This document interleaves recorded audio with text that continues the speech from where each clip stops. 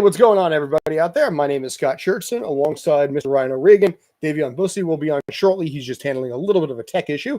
And welcome to Tales from the Film Set on Spanglish World Network, Zingo TV, channel 249 and 50. Kindly make sure to download the Zingo TV app on the app stores of iOS and Android. When you download, make sure to rate and leave a comment. Both apps are free. Lastly, Zingo TV is also available on Google Chromecast, Amazon Fire, Fire TV sticks, Roku sticks, and all smart TVs, 2016 and forward. Sir, how are you, sir? Are you good, sir? Yes, sir. Sir. Good. How do I get sir? You're the one in charge. Oh, yes. No, you're Sir Ryan of Regan. Yes. The Regal. Let's not get into the sirs and dames and whatnot. I mean, we do have a dame to talk about. We are going to definitely talk about a dame here. In this case, word came down not too long ago that Angela Lansbury, Dame Angela Lansbury, Bedknobs and Broomsticks that you mentioned earlier, Beauty and the Beast, the animated one, not the Emma Watson one, Murder, She Wrote for 8 years there, and a cadre of movies spanning decades upon decades, passed away at 96 today. And it's a little bit of a weird flux in Britain right now, having just lost the Queen. On the state side here, we just lost Betty White last year. So now we lost Angela Lansbury, and Maggie Smith is the only one that's left. But she's got to, lead the charge from here on out. Dude, really. But yeah, we're going to talk a little Angela Lansbury. We're also going to be talking some New York Comic Con. Once Day resolved some of his issues, he's going to be talking about basically behind the scenes what he was dealing with, what he saw and experienced in the 4 days there, including his panel as well. But let's talk Angela first. Ryan, floor is yours. You don't want to do it, just move this away. I'm going to do it like this. Go ahead. Oh, wow. All right. I figured you put Angela first. I'm working on it. I'm working on it over here. Yeah. There we go. That's more appropriate. It's like, but yeah, Angela Lansbury, man, she's definitely one of those actresses that by name, by visage. And for a lot of us, we don't really know a lot from her early career. We know her from like the 80s on. Mm-hmm. And even then, she didn't really have to do much, but like certainly Murder, She Wrote has been something that, even though it's been off the air and it hasn't been rebooted, it still kind of lives in like the zeitgeist or lexicon or whatever you want to call it of current pop culture. It's like, there's just something about her vibe. Like she always had like this kind of like cheeky, fun little sort of like vibe to her, but she was always like almost respected, even though you didn't even know what she was doing or why she was there. It's like she's just one of those actresses that I think if you were to go ahead and call it like, a golden age actress or a silver age actress, she was someone of that time where regardless of how big her resume was or what we remember her from, you just knew her. She had that star power. And I was like, I can't help but like be like, you know what? I'm shamelessly thinking, oh, well, if it wasn't for the fact that she was in Mary Poppins Returns, I may have thought she was dead already. But I was so happy to like see her in that. And it was like, still see she was kicking, still see she was singing. And yeah, it's unfortunate that we haven't been able to get more from her in the later years. And certainly Disney milked her as much as possible. But, it's one of those things where it's like, she was 96. She led a full life. She was certainly most prominent during much of our own growing up time. And, you can't say there's many actors or actresses like her. Like I'll always remember Bedknobs and Broomsticks myself. Say what you want about Beauty and the Beast, but boy, when I was a kid, first time I saw her was on that movie, and I love that movie. She does always have like a proper whimsicalness to her, like and Maggie Smith in her own right. Something about old British women. I don't know. People go crazy over it. It's like, I know people said some stuff about the Queen back when she died. I don't think anyone's going to go ahead and knock on Angela Lansbury. This is like, she's one of those women that I don't think you have anything bad to say about her. There was like you said, there was a grace and a persona to her. I mean, most people obviously remember her from, Murder, She Wrote, which is still on right now. Pretty much every morning in this house, my mother-in-law has Murder, She Wrote on, which was amazing because I look at those episodes and I'm like, oh my God, you know, I saw Ethan Embry. There's so many people got their start from Murder, She Wrote. And it was really kind of a shockingly impressive thing to see something like that. Well, yeah, because it was kind of like Law and Order back in the day, where you pretty much had like a new case every week, and because of that, you had to have a new cast every week. She was the only mainstay, really. You know, I mean, like I said, her career went back literally decades. You know, I'm not sure exactly what year. Wow. Yeah. That's, I don't remember what year that guy is. You know, what is that from? I don't know. This one I'm going to pull up right now for you. It's going to take as I do this. Yeah, we got to grab the IMDb on this. This is like, look at her. She's like so baby faced with the big eyes and everything. The first thing, the youngest thing that I remember her from in this case, let's see if I can find it here. There we go. Was a 1955 Danny Kaye movie called The Court Jester. I remember it well because it was one of those things where it was a lot of song and dance in this movie. And I remember seeing this picture every so often. Yeah. Yeah. What's funny about it, though, is she's a villain in this movie. You know, her running line was, if he dies, you die. And it was a darker, more sinister Angela Lansbury. And it was a movie with that Basil Rathbone, Glynis Johns, who was the one I mentioned before the show that I was trying to remember the name of.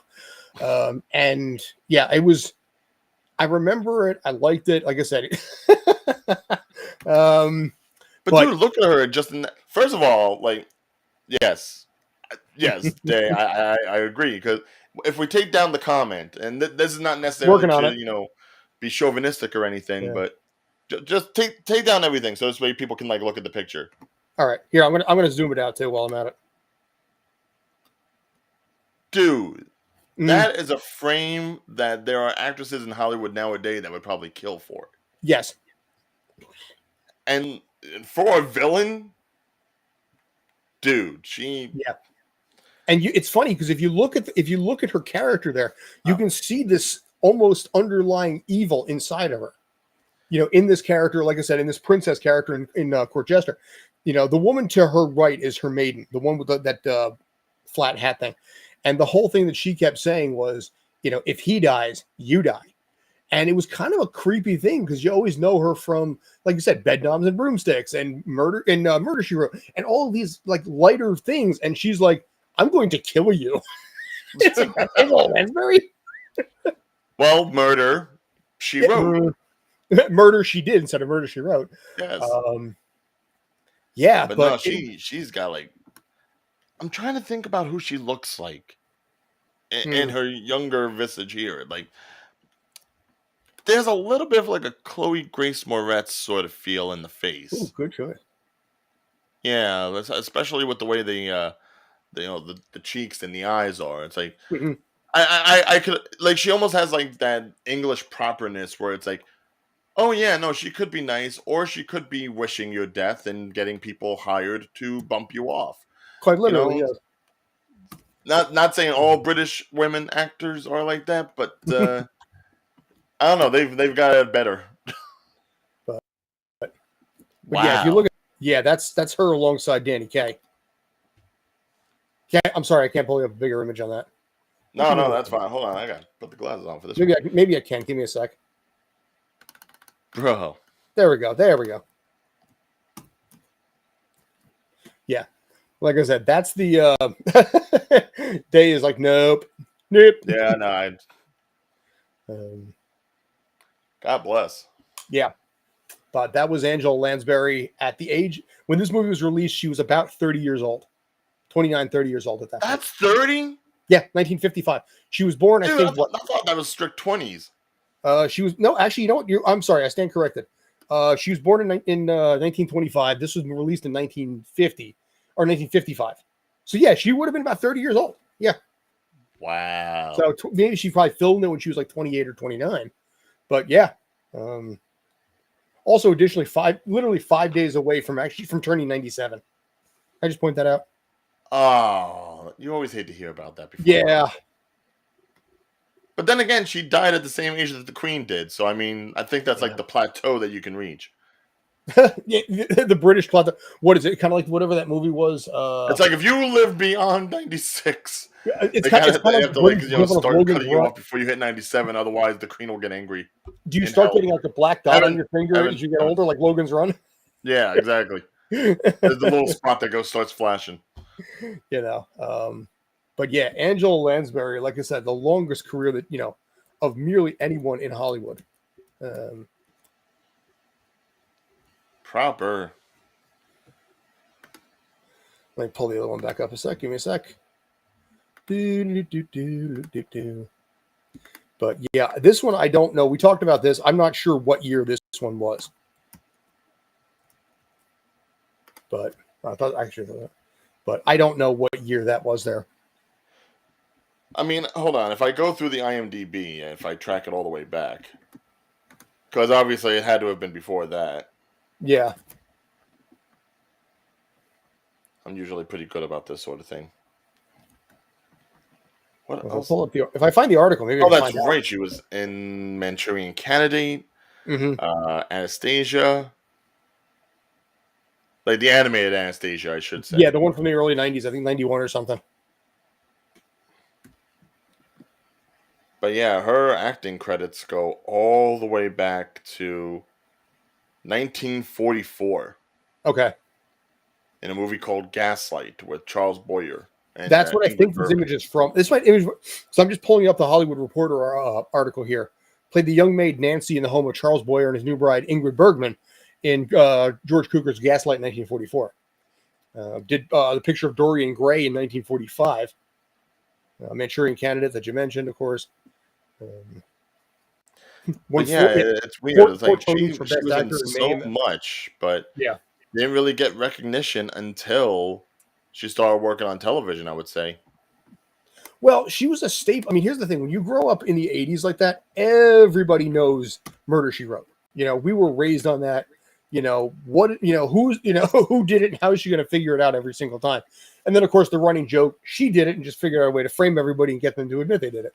That was kind of the running joke after a while because this little tiny town in Maine somehow has somebody die in it every single week. Geez, that just reminded me because I was researching stuff for Elvis back in the day. She was in Blue Hawaii. Probably his most, I'd say, profitable movie at the time. She was basically the villain in that movie too, because she played the Elvis's mother, who was trying to stop him from cavorting and doing what he wanted to do. Was it one of those Elvis movies where he sang a lot? It was the prototype of that. Basically, it was that movie that started the whole thing of Elvis doing all those location singing romp sort of things. That was so successful that the Colonel went ahead and decided to make his movies just like that from here on out. It worked and it was in his wheelhouse. And every single one of those movies was a feel good where he is ex-army, but you know what? cook, wouldn't have been whatever. as good without Angela Lansbury. That is true. It's only because of her that it was a success. Yeah. I'm going to say it like that. But you had people with gravitas. But I mean, amazingly though, if you think about it, with all the career stuff that she had, she never appeared in like Harry Potter or Lord of the Rings. I'm not sure if she ever did Midsummer Murders. I'm not sure if she did, I was going to say Doctor Who or The Bill. Any of the stuff that is well known in England that is often run. I don't know if she ever did any of those. Well, that's the thing. It's like I guess she never really did anything like pop culture-y. Yeah. But when you already have like the name recognition like you do as just a single Disney character of Mrs. Potts, do you really need to? Did she do the sequel to that too or no? Because there was two. What do you mean the sequels? Like the straight-to-video sequels? Yeah, there's two Beauty and the Beast sequels, and then one with the second one had Tim Curry in it. I'm not seeing it unless it's so far in advance, but no, I don't think she did. Although she did voice Mrs. Potts. Well, wait, she did do it for the Enchanted Christmas. Enchanted Christmas, she did. Beauty and the Beast, yeah, okay. I don't know about the other one. But she did voice it for Kingdom Hearts when they did that. Blows my mind. The fact that you got like Dame Angela Lansbury, for Kingdom Hearts. Well, the thing is, her last credit was a movie called Buttons, See that? new musical film, which is basically a Christmas movie Hmm. that has her paired up with Dick Van Dyke.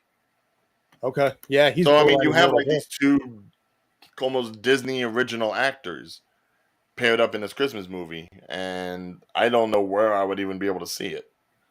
It's also got Kate Winslet, Robert Redford, Abigail Spencer. Wow, And yet has a this has a 5.3, cast. and yet has a 5.3 rating on IMDb. Oh, John Ian Delancey. Grufford is in it. Yeah, Robert Picardo's in it too. So you got two Star Trek characters in there. Ewan Wow, Grunfeld. Roma Downey. Yeah, Where is this movie? This has got to be like one of those Hallmark things. it doesn't say. It's either Hallmark or maybe like like Tubi or Fubo, kind of a thing. Wow, But how does it? that You got all those people in that. It's got a 5.3 rating. That actually disappoints me some. well, it's a Christmas movie. A lot of Christmas movies get panned. Well, if it's a Hallmark Christmas movie, yeah, because you always have that big city person that goes to the small town, and reconnects with somebody. It's the same thing. But look at, like I said, the star power that's in there. Dick Van Dyke, Angela Lansbury, Kate Winslet, and it's like, no, this movie sucks. I don't know why it's called Buttons, but unless it's one of those things, unless maybe without knowing, unless maybe it's one of those bait and switch movies where they have like two lines of dialogue, just enough to put them on the cover and then pull them out of there. Ooh, yeah, no, that's a possibility. Where it's just, Mm. I've worked a few movies like that, which milked, archive footage just to be able to say you had somebody in it. I thought it was disingenuous. Like the whole Channing Tatum G.I. Joe movie thing.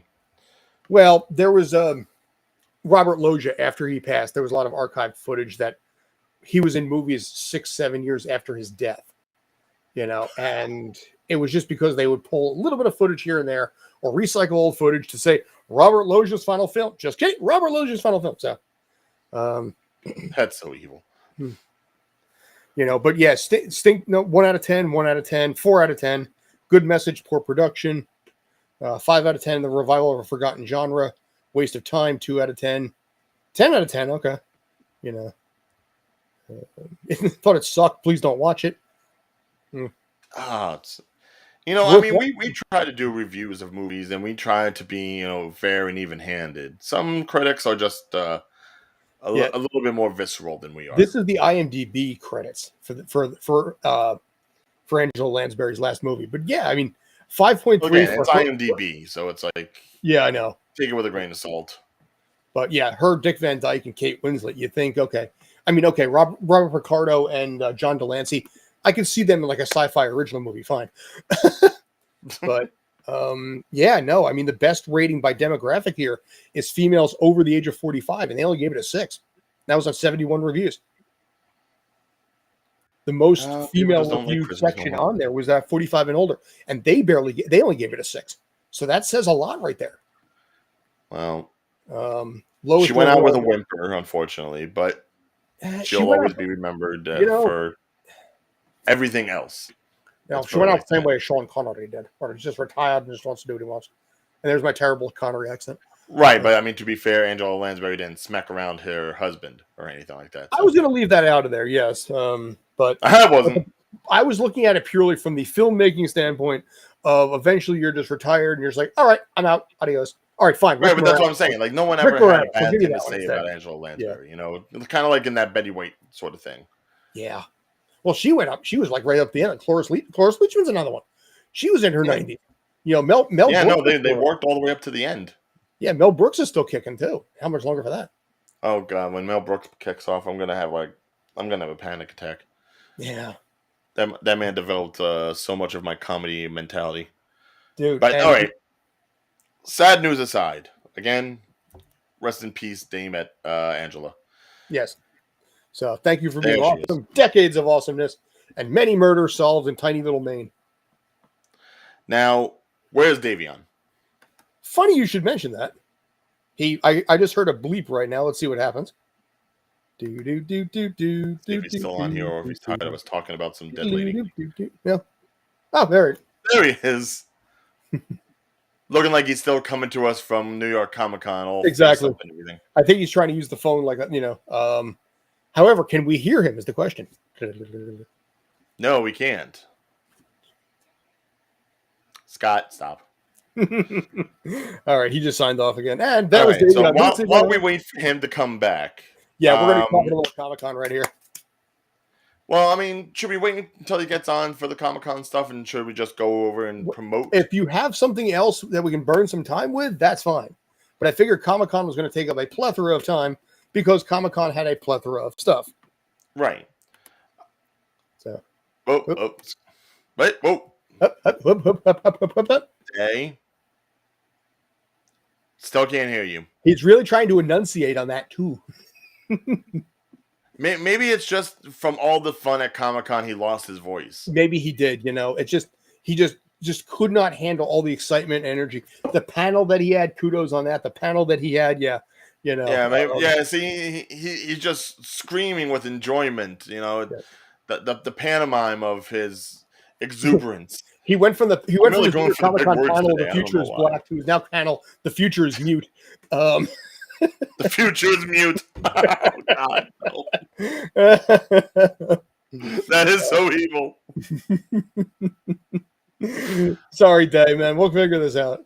I'm wondering if he's hearing us as badly as we're not hearing him. Well, he hasn't flipped us off, so if he actually hears us, he might flip us off. Yeah, no, I don't think he is. Oh. Dave, if you can hear us, give us a thumbs up with your left hand. All right. Oh, all right. okay. No, he's there. You go. All right. I figured if I was specific enough with this, then we'll be okay. All right. So you know what? We can definitely kill some time with some other stuff here while we figure this out. All right, Dave so while actually, Dave's working on that, credit to him, by the way. I'll throw this out there. He got some nice merch from New York Comic Con. He got this really, really swell looking Black Panther jacket that he was wearing, I think, yesterday. That jacket right there. They gave him that thing. You know what? Hang on. Dave, hold up one second. I'm going to zoom that out. They gave him that? 100% gave it to him. Yeah. Hells yeah. Oh, no. Yeah. Yeah. Can you move it a little bit to the side? There we go. That's the thing. Dude, look at that. Look at that logo, man. Look at that on the back. Dude, that is nice. Oh, I want to be a panelist. I want to be a panelist too. Can I be a panelist next year, please? Oh, I mean, here's the thing. He is man spreading a little bit on that jacket, though. I just want to point that out. Dude, it's Black Panther. He can man spread. It's his throne. It's his seat. Same thing as if he was on the toilet. The King Joffrey man spread when he was a kid. Dude, you gotta think Wakanda's got like golden toilets. All right, you don't look at that chair and be like, okay, well, dude, okay, it's either gotta be that or some like nice. I'm pretty sure Wakanda doesn't need toilets. It's probably auto programmed to have you crap on, just by basically just sitting there, touching your finger to something. It's like, all right, and. Oh, dude, yeah, no, a vibranium toilet, it probably just like shakes everything out of you. That's why they're all so fit. Siri, can I go to the toilet right now? People in Wakanda, I'm just saying. But Dave's probably looking at us like, you mother. He's like, I gotta. Yeah, he's like, I gotta go. It's like I'm just trying to say whatever to get a rise out of him because all he can do is like visually talk to us. For the record, arguably this is the best that I have felt all day. So thank you, gentlemen. I appreciate that. I really do. Thank you. This is like the worst version of ASL. Oh boy, my ex brother-in-law was well, he's still deaf, but when I was married, my first marriage, he was deaf, and I did learn some ASL along the way. Yeah, but does he know any? I don't know. Well, I was gonna say you got Oh boy, what was it? A, B. God, I don't remember. I used to be decent at it, but it's been 15 years, so. Nope. Irrespective. Okay. All right, so Day, like I said, if you want to. So is Day just going to be silent for the whole time, or is he going to try again? I don't know. Basically, we'll figure this out. Day, I got an idea. Can you get a hoodie and put it around yourself like Kenny?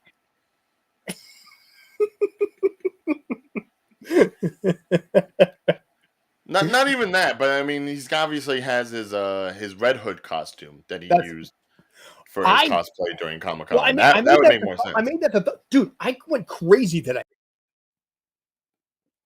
trying to And mind you, it figure was out a what to make decent the thumbnail for red this. hood he had. I got to admit. I was talking to Day, I think last night, and he seriously he wants to play Jason Todd. So I think we got to make a hashtag out of that. Day is Todd. Dayveonne for Jason Todd. Dayveonne may be too long though. I was going to say Day for Todd might be easier. Yeah, but Day for Todd could get lost in the mix. But something like Dayveonne for Jason Todd, that stands if he could out. play Batman, Day for Dark Knight. Dark Knight Day. Day for Night. Yeah. Day for night. With a K and it actually worked. Actually, now he just looks like E.T. Now he goes off screen. I'm sorry. It's the same red hood that I think they had in E.T. You're the one that comes up with the idea and then you mock him for it. That's terrible. Sorry. I've had some wine at this point. I think it's finally kicking in. Look at him trying to go, be good. Oh, my God. Oh, God. Like I said, I told you before what's been going on this side of the fence and why I needed a couple of shots earlier today. Yeah, Day, he's a bottle of wine in, so you're really helping out here. I downed an entire bottle, which, by the way, I want to point this out. Last week was my wife and I, my current wife, and our 5-year anniversary. So we went out to dinner and everything like this. I plowed through like 3/4 of a bottle of Merlot, and I was 100% fine. She had a quarter of a bottle and had a hangover the next day. I don't know how. I was fine. I was like, dude. Certain wines affect people differently. I don't know. Dude, I thought that he's really getting angry and belligerent about this. Look at him. It's like...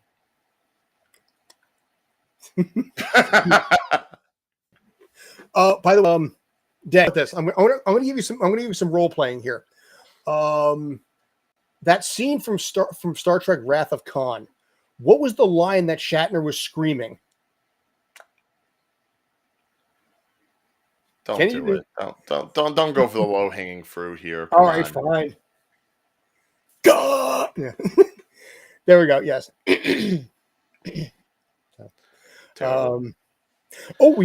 can reenact the movie Silent Movie since we're talking about Mel Brooks before. There's only one word of dialogue in that entire movie. So I don't think he's ever seen it. Yeah. It was a Mel Brooks movie with like Kenny Mars was in that. Marty Feldman was in it, and it was a literal silent movie. Danny DeVito. No, not Danny DeVito. No, Don DeLuise. Don DeLuise. He was a regular. I get my double D's confused. Yeah. But then it also have like what's it? Paul Newman. There was a lot of people in that one too. But what was funny about it is there was only one person had any dialogue in that entire movie, in the entire film of Silent Movie. And it was the Frenchman. It was Marcel Marceau, the famous mime. He was the only one the only word that was said in the entire movie was Marcel Marceau. He said the word no. And that's it. Yeah. And I thought that was genius. Not to mention, he's the only person you could actually say famous mime to. Well, that's true too, yeah. Well, it's France, Yeah. Well, basically, he is doing Marcel Marceau right now. Yeah. Day's the closest thing we got to one now. Day, listen, in all seriousness, let's bring this back here. I'm sorry. I know you really wanted to talk New York Comic Con and the panel. So in all seriousness, I'm going to give you some massive props here. Like I said, you pulled the jacket out. But to him, in this case, he's got a couple audio issues. But he had a panel Saturday night at New York Comic Con. Panel is called The Future is Black, taking questions, basically pictures, I think, with people on this. It was a real cool experience. And I don't know how many people you had there because I didn't see that footage there specifically. But to have a panel at NYCC, okay. Okay, so you got about 30 on that one. Nice. Okay, 3 dozen. It's not bad. Almost 3 dozen. So, well, yeah, because especially when you think about like the last big night, like Saturday night at Comic-Con is pretty much the night where everyone's like, either you're exhausted and you go to sleep, or you go out and party. So for him, and that whole panel to actually have people that came in, stuck for the show, wanted to hear what they had to say rather than go get drunk in New York City. That says something. That means that they actually had some heft to what they wanted to say and that people wanted to listen. So all the more credit to him for that. Yeah. So kudos to you big time. Because like I said, not everybody does. There was hundreds of thousands of people at this thing. What was that? Like 5, 10, 9? 10, 5, 5. 10, 5, 15, 15, 20, 20. It's a jackal. Jackal. It's a jackal. It's a Right? jackal. The It's a jackal. jackal. Jackal. Jackal. Oh, you're about to say that. Okay, sorry. 4 words. Sounds like. Lion the Roxbury. Airplane 2, the sequel. Cowboy Bebop, the Netflix series. Resident Evil, the musical. Oh God, no, never. Dude, they got Back to the Future, the musical, coming out, I think, next year. Super Mario Brothers movie. Okay. Yeah, okay. Can I just say this real quick? I love the CGI on that. I love the look. I can work around the mustache and everything like that. But it's not Charles Martinet. Chris Pratt, okay, I got no problems with Chris Pratt whatsoever, but it doesn't sound right with someone not Charles Martinet. Or, you know what? Lou Albano is Mario. I'll take that one too. Yeah, okay. Here's the thing. Hot take. Can you really say that anything could sound like Charles Martinet when Charles Martinet himself never actually said pretty much a sentence worth of dialogue for Mario? Yes, he's done a lot of sound effects for Mario. He's like, woohoo! Or it's me. It's me, Mario hasn't said a full sentence since but it's me, Mario. Thank you for playing Nintendo 64. All right? The man has been iconic as far as the sound of Mario, sure. But as far as actual dialogue, we've heard Captain Lou Albano speak more in Mario's voice than we did Charles Martinet. So I would say at this point, it's open field. Be lucky that we actually have a Mario that's speaking sentences, as well as a Luigi that's speaking sentences, and not just some fakey New York style accent. You don't. Well, see, that's funny. I've watched interviews with Charles Martinet too.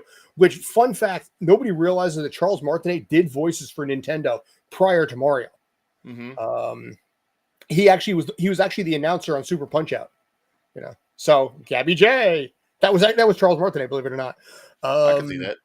And it was funny because he went into the audition, last one on the audition, and they're like, "All right, fine."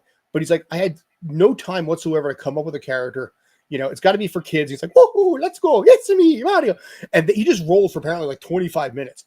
And the casting director called Nintendo and whoever it was and was like, "I found your guy," and he wasn't supposed to be there. He kind of crashed the audition, and they're like, "Oh God, another one. Fine, whatever, go."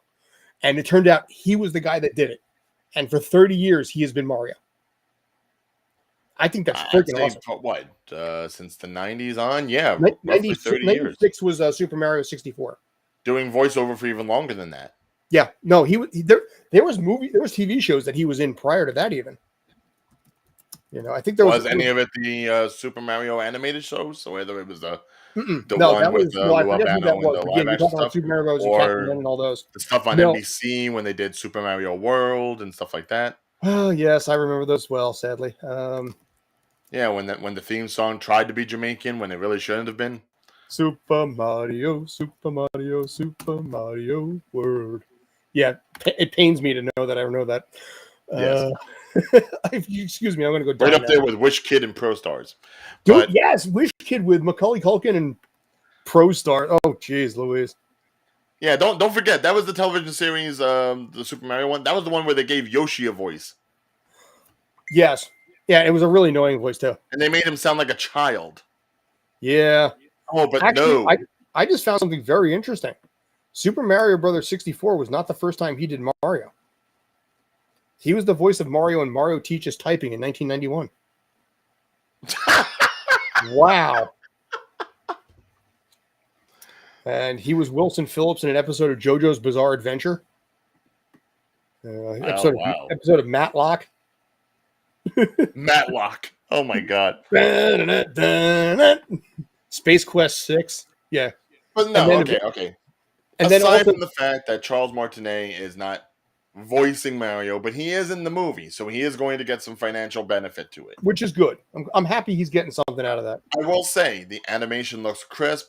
I love Jack Black's Bowser. That Bowser was phenomenal. I had no problem with that. It's like he sounds like Po from Kung Fu Panda, but just really, really angry. Mm-hmm. I like it. It fits. Now, as for Keegan Michael Key's Toad, Yeah. yeah, Toad's interchangeable. Toad was always more annoying than anything else, anyway. it feels like I like Keegan Michael Key pretty much went ahead and listened to like Game Grumps and when they used to do Toad's voice. Yeah. And he's When tried to Aaron copy would do it, that. like, hey, Mario. Yeah, like Toad's always had like a squeaky voice for some reason. I don't know why. It's like almost like Gilbert Godfrey, irritating Super type. Mario Brothers Super Show was actually probably where Toad got his first voice. Oh yeah, no, I forgot he was on there too. Yeah, yeah, they had him, Princess. yeah, it's amazing how that stuff really does influence it, even though it really shouldn't, because these things, for the majority of their characterization, have not had vocals. Like it's going to be the same thing whenever you finally make like a Legend of Zelda TV series or movie, and Link ends up a voice. Are you going to go ahead and just do something original, or are you going to do something from the Super Mario Brothers Super Show? And it's like, excuse me, princess. All Steve Martin like. Well, here's the funny thing: if they do, I think if Netflix does, the Zelda series, I think they're going to be smarter about it, because they will get a lot more flack, a ton more flack, if they decide to go in their own direction on that than they did with Resident Evil. Because they've done enough properties now where they know what they can adhere to and where they can steer off. Sometimes you can do it like Umbrella Academy, where you can go in lots of different directions based off of this, that, and the other thing. But then other times when you go off and do your own thing, like they did with Cowboy Bebop, it's not necessarily loved. Resident Evil, I think, is the biggest atrocity to that, because Lord knows they wanted a different direction, and people didn't grab it. Mm-hmm. But the thing with Zelda is that finally, yay! It speaks. What took you so long? The setup, the update. Anyway, that's all the time we got for today. I appreciate it. You're not going to do this to me. You're not going to do this to me. At 37 minutes in. It's all right. You know what? Truth be told, I've had worse problems than this. Oh my god. So, but we actually have about 12 minutes, maybe 13 minutes left at this point. In all seriousness, legitimately. So I'm going to cut out of Mario in this case. We can always come back to that. But Day, I want to say, should we do Dayveonne's Comic-Con stuff another day when he has like more time to get into it all? You know what? I could do it in 12 minutes. Okay, I was going to say I'll give you the choice to you on that one. Whatever you want to do. I'll do it in 12 minutes. Okay, what y'all want to know? Because we also do have to hype up the Hellraiser fundraiser at some point. Yes, we do. Yes. Okay, so matter of fact, it's probably going to be under 12 minutes. My experience, I was 4-day VIP, also a panelist. So my experience in New York Comic Con, it was good. I'm going to say it was good. It was peaceful. It was fun. Y'all could show. I sent you pictures, right, Scott? Yeah, you can pull some of them up if you want to. Pretty much, it's just like Thursday is the time that you go shopping. You basically get what you want, but you also run into celebrities on Thursday. Friday is the day that you just cosplay or try to get whatever you didn't get on Thursday or Friday. Saturday is the busiest day because it's like crowds and crowds of people to the point where if you're claustrophobic, this Saturday is not for you. And Sunday is really for the kids, but also for the adults, but it's like a shorter day. So that's the best time to get anything that you kind of want at a discount, because they're trying to get rid of stuff. So that's there's no storage, so everything's got to go. Well, some take it back with them, others don't. It's just a matter of just getting rid of supply and demand, get rid of it. Saturday panel, phenomenal. I had good feedback. Thank you guys for advertising. Absolutely. Thank you for the guy that was on Twitter that posted positive feedback saying we were saved the best for last. Nice. I was Nice. shocked. Out of all the comments in the world, we were the best for last. Wow. Well, I wouldn't say we were better than Back to the Future or Walking Dead, but as far as a panel that discussed Afrofuturism, yo, thank you. You know, from the bottom of my heart, I was not expecting that. I just thought, okay, we did a panel, you know, with Tim Fielder, Paco, Miss Ursa that did Sunman, the action figure, and Nasi Gifted. Thank y'all for having me on board of this wonderful panel. Thank you for Culture Fly for hooking your brother up with this jacket. Wow, it was just a good experience. You know, did it have its hiccups? Yeah, but we ain't gonna discuss that. We're just gonna basically say it was a good experience. I think everybody should come out to New York Comic Con, have fun, enjoy, the festivities, and that's it. Buy some comics, get some free swag. Oh yeah. Hopefully not have to go to the bathroom in a bottle in a corner somewhere. Yeah. Because it gets like that. Men's restrooms are quicker than women. There are well, no lines. Standing up versus sitting down, I think, has a lot to do. I was at Ren Fair last year. Saw this. I saw women go to the men's room. We didn't even care. It's like, dude, it's faster. I don't blame you. Yeah, but no, we are glad that you enjoyed. And yeah, as far as like the stuff to come out of Comic-Con, not a lot. I wouldn't say anything big, unfortunately, because obviously people always say all the good stuff comes out during San Diego Comic-Con, and then New York Comic-Con is just kind of like a refresher course. Oh, wow. Well, San Diego is the bigger it hurts a little bit because it's like we're getting like the leftovers. But I will say there is some good things that came out. Obviously, Super Mario Brothers trailer, like we talked about. It's nice to see some things are being renewed on HBO Max. The first teases of Titans and Doom Patrol, which I'm very happy for Doom Patrol. We're not done with Moon Knight yet either, apparently. Well, you might be getting more Moon Knight. Who knows where? But I think obviously Werewolf by Night, which came out last weekend, I think that's going to have a lot to say. Sorry, that was good. Did you see it at Comic-Con? No, I saw it at home. Oh, okay. I thought maybe they might be showing that. Well, you saw the Mortal Kombat animated movie, though, right? Yeah, that pulled out like 400 views on the channel, which is nice. Thank you. Oh, really? Yeah. I don't know what the current number was, but I do know that people were like, "I'm going to go see it" because he said go see it.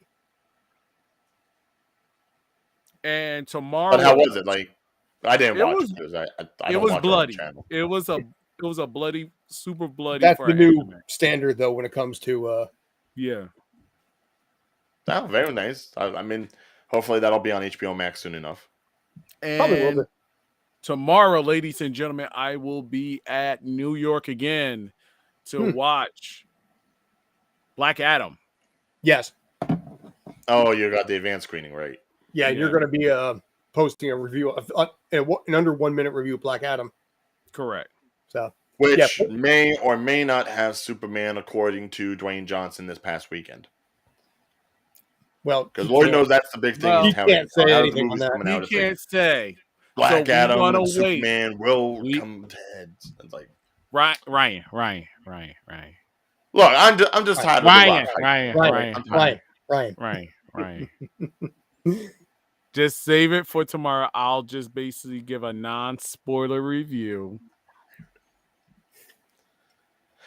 Have you seen Clerks 3 yet? It's gonna. I don't have you seen Clerks 3 yet? No, I didn't see Clerks 3, but I did speak to on Dante. Oh, Brian, yeah. Oh, Brian, yes. Yeah. And he Brian told me, good people. Yeah, he said it's going to be on streaming, but also I think he says it is going to be another premiere in the area. I kind of forgot where, but it is. Because he does. He did remember me when I basically was at the film festival, and I explained to him that I did a play in college playing his character. Nice. By the way, if you want, there are spoilers on YouTube of various scenes from Clerks 3. I'm not going to go into any detail on that, but So yeah, okay. So we can always come back to this definitely as you get more info on that. Please do. But again, Dave, congrats, man. Not many people get to host a panel ever, and the second biggest, comic convention in the country, biggest one far and away on the east side of the U.S. And you were there on a Saturday, man. Yeah. So. And now next year you can use your clout to get us a panel, maybe. Exactly. Yeah, you can. Yeah, but Day, congratulations, man. You're awesome. By the way, I need a favor. Have I mentioned those glasses look amazing on you? Loving the look there, man. Really trying to pull that off. Here, you know what? Here, I'm going to try and pull off this one for you. It's like we loved your panel on Afrofuturism and everything. Exactly. Now, these couple of white guys could really use your help. As a Euro-American whose pasty is basically the ring light he has over here, Oh God! Oh, we're terrible. But yeah, we got about 4 minutes left, so I figured this is enough time that we can talk a little bit about basically how we are basically raising money for charity and being embarrassed in the process. By the way, no obligation for anybody watching this to have to pay any money on this. Feel free actually just to sit there and just laugh at us. But October 29th, we are doing something. Well, I'm going to pull that entirely. Yeah, you got to show your face. Yeah. I'm getting it.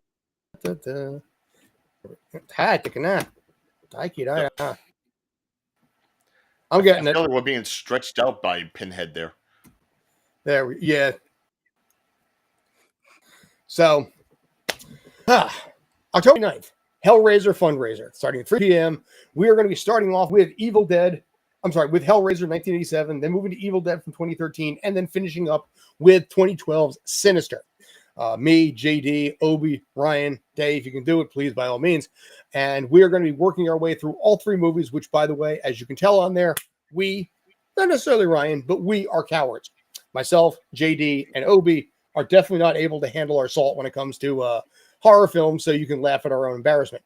Go ahead. Yeah, I was about to say, you have this description and everything, but really the three main people that are going to be watching are you guys, and then somehow I'm being thrown into like I can't handle horror. I'm probably like the horror person here. Yeah, and but look at your confidence though. You're just like, I can handle this. I got this. Don't even think about it. So I gotta give you no photos. But yeah, all proceeds, 100% of the proceeds all the way through are going to an organization called From We Can't to We Can, which is a 501c3 out of South Jersey that provides developmental programs, after-school programs for kids with special needs and disabilities. So any money that's being brought into it will go directly to them. Furthermore, in this case here, we have certain incentives that we're going to do. So, for example, if we a $10 donation, we can put a temporary tattoo on us or basically marker on some part of our body at your discretion. $20, eat a hot chip. $30, one of us, probably me, will have to eat a food that I cannot stand. So in my case, mushrooms and fish. I hate the two of them. Guess what you guys are going to make me eat? And of course, if we braise over $1,000 on this, I will allow you to decide, and we're going to do this probably through a vote, to have me cosplay as something of your choice for an upcoming episode of Tales. Nothing political. Nothing. Yeah, I was gonna say nothing political. Nothing current. Nothing news related or anything like that. No hate speech. Magical girl. I recorded the video. I still got to edit it basically to put up on the YouTube channel. But if you want me to dress up as RoboCop, I will dress up as RoboCop. And I'm pulling this right from the video and what I said earlier. If you want me to dress up as Sakura from Street Fighter, I will dress up as Sakura from Street Fighter. I don't care. It's all in good fun. Raising money for a charity and whatever. Sailor Moon with the Sailor Moon, fine. I can wear like meatballs on my head or something. We could dye some yellow meatballs on my head. But yeah, if you make me do that's I'll make it work. Listen, I'm willing to do this for charity begrudgingly. No, you know what? I'm willing to do it for charity. I'm okay with it. I don't know how I'm going to look in a dress. My wife has said that I have really good legs for a dress, which I don't know how to take that one. But yeah, she's like, you look great in a dress. I'm fine with that. And this will be the start of Tales from the OnlyFans. Dude, you know what? If this goes well, I will have no problem basically doing bigger and better going forward, including, I don't know, shaving my head if we raise enough money for whatever. I don't care. if it raises money and we have a lot of fun with it, I have no problem basically wearing something like that for the joke of it. I'm cool with it. Fair. I'm going to wear a giant banana suit like in Arrested Development. I'm okay with that too. Whatever. So anyway, that's going to be upcoming in about 2 weeks from time now, October 29th, right on this channel right here for Stream Punk Cinema. You can always check it that way. Keep in mind also with anything on Zingo TV and everything, we may probably promote that as well. So if you got any questions, drop me a message on this. Like I said, we're trying to raise money for a really, really good charity organization. Trinity is the woman that actually runs it. She's phenomenal with this stuff. The idea of this charity came, by the way, from Miguel Figueroa, the guy from Toy Quest 101 that you guys know. He recommended this charity first and foremost before any other ones out there. So it's a real smooth transition. He is going to be involved in stuff like this too. So anyway, gentlemen, any other final thoughts? Yeah, just make sure you have pigtails. As for me, just make sure your wallets are open. You don't spend it on too much candy for the kids come Halloween. And it's just nice to actually hear Dayveonne. Yeah, but listen, it happens, dude. How many times basically did I cut out because basically my network connection was crap? By the way, I've got a LAN cable running all the way up to my router, my connection all the way upstairs. So I've got a wire running all the way down to the basement to where my laptop is right now, and it works now. Don't feel bad. It was just an update issue where if it's not updated, my camera or my mic won't work. It's kind of like basically when you're going on Zoom. It's like I get 1 minute before the Zoom call. We're doing updates right now. Yeah. All right. So anyway, thank you. I'm Scott. That's Dayveonne Bussey. Once again, kudos to him. Panelist at the New York Comic Con this year. Ryan O'Regan, thank you as always for coming on. You are basically the one that keeps me, give me the best part of my day today. Like I said, I got to tell you, I appreciate that, man. I really, really do. But much to Dave's chagrin. Yes. You know what? Listen, that helped me too. So I'm grateful there. So anyway, until next time, thanks as always. You guys are awesome. Take care. Be good. See you Thursday. Yep. Oh, I won't be. Yeah. Yeah.